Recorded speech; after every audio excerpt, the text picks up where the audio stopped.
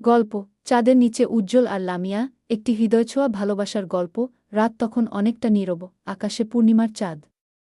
হালকা বাতাসে নদীর জল থমকে থমকে ঢেউ তুলছে।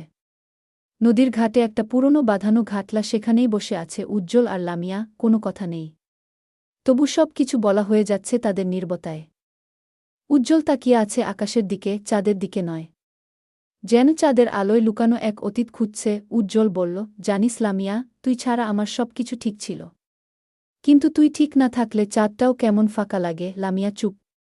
সে শুধু এক চিলতে হাসি দিয়ে আকাশের দিকে তাকিয়ে বলল, চাঁদটা তো আসলে আমাদের পুরনো দিনগুলো। আজও ঠিক একই রকম জ্বলছে, শুধু আমরা বদলে গেছি। একটা দীর্ঘ নীরবতা।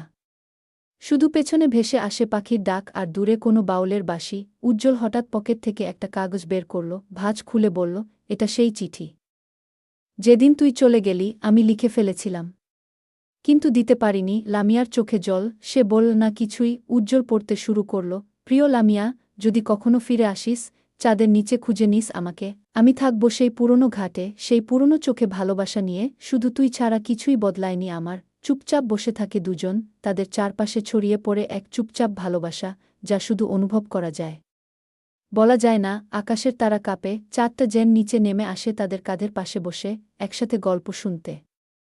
উজ্জ্বল আর লামিয়ার